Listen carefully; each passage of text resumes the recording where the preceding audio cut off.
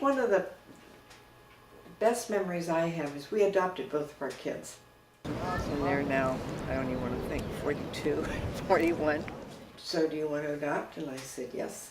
And he said okay. And he said it'll probably be 6 months to a year. I said all right. That Friday, 3 days later, he called and said, well, we have a little boy for you if you want him.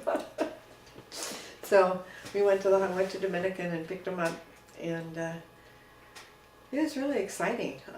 We had to go around to ask all of our friends that live in different areas if they had clothes and cribs and high chairs and all that kind of stuff.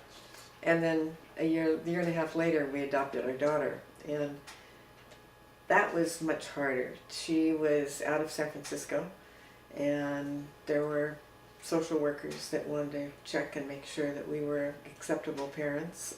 And then the history with it is awful. Her mother tried to have an abortion at 6 months, and we ended up calling to see if we could find her mother, and we got the name of the person this gal was in Florida. And when she answered the phone, she said, or I think it must have been a grandmother that answered the phone, or her mother. And she said, yeah, Suzanne's here. You want me to go see if I can find her, honey? And my daughter's sitting right next to me, and she's, oh, no. So that was the end of finding her family.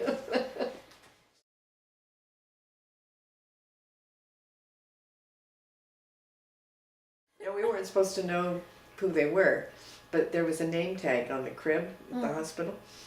And over the years, I always remembered that name. And so I told him when he was in high school that anytime he'd want to check them out, see who they are, or find out about them, I'd be more than happy to help him. And he didn't really want to do that until we were taking the whole family to Italy and Germany, and I knew his family was from Italy, and I said, do you want me to see if I can find out who they are? And he said yeah. So I called, there was a Catholic connection, so I called the priest down at Star of the Sea and asked him if he knew this last name, and he said, oh sure, that's Andrea and Rich. And so I explained to him that we had their adopted son, and if he would like to contact him, would that work? And he called me back in about 10 minutes, and he said, oh, they're just thrilled. She just had her first grandchild, and she told her husband at that time that she wanted to go and find her birth son. That very morning that I called. And Her ears are ringing. Yeah, and so they got together.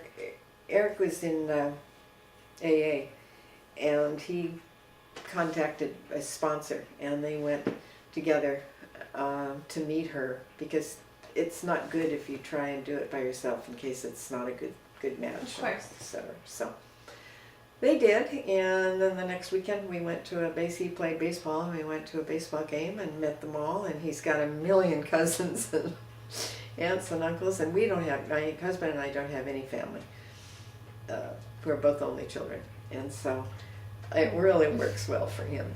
And we're all really close, and our lives paralleled to an unbelievable extent. Like, they played soccer together without knowing each other, and we would all be going to the same soccer games before we even knew who the other one was. Isn't that a kick? That is. And we go camping at the same place up at Eagle Lake near Susanville, and they go up there.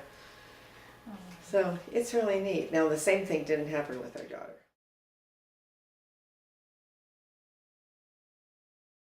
Trying to instill in them values that every individual is to be respected, and no matter what their beliefs are, you've got to respect them.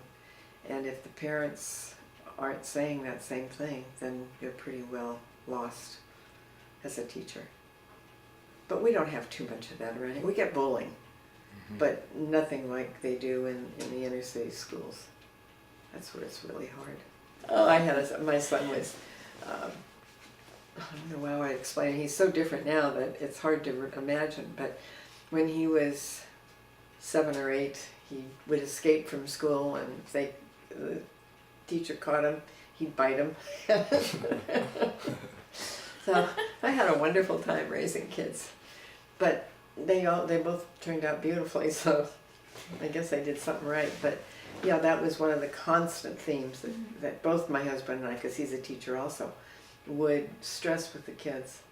You've got to respect each other and know why.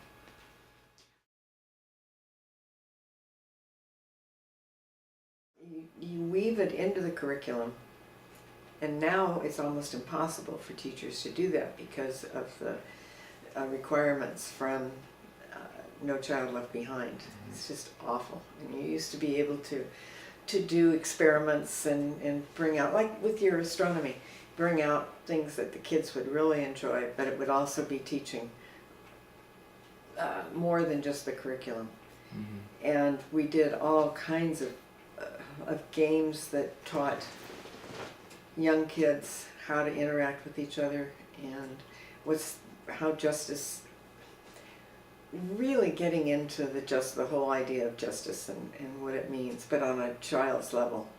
And it works. It really, really paid off. And morally, I think what you get into is how to deal with other people and what's fair and what's the best way to deal with them. So yeah, I did do that a lot, probably most of the time. Well, my daughter's a teacher, so she teaches in Les Gats, so I get a lot of input from her. And she's a type of person that does all kinds of wonderful things or did all kinds of wonderful things with teaching. And she's had to drop a lot of that because they all have to be on the same page at the same time. And there's so many more kids that are in the classroom. She's got, I think, 36 fifth graders. And some of them are educationally handicapped, and some are, ADD and all that type of thing. Does she work with special needs? Oh no. No, they're just mainstreamed, and it makes it a lot of this, very difficult. Yeah, the special ed classes Yeah. are dropped. But where she's teaching, at least she has parents who care, and I think the hard part is the communication with the parents, because they're working, and she has to, they do a lot by computer.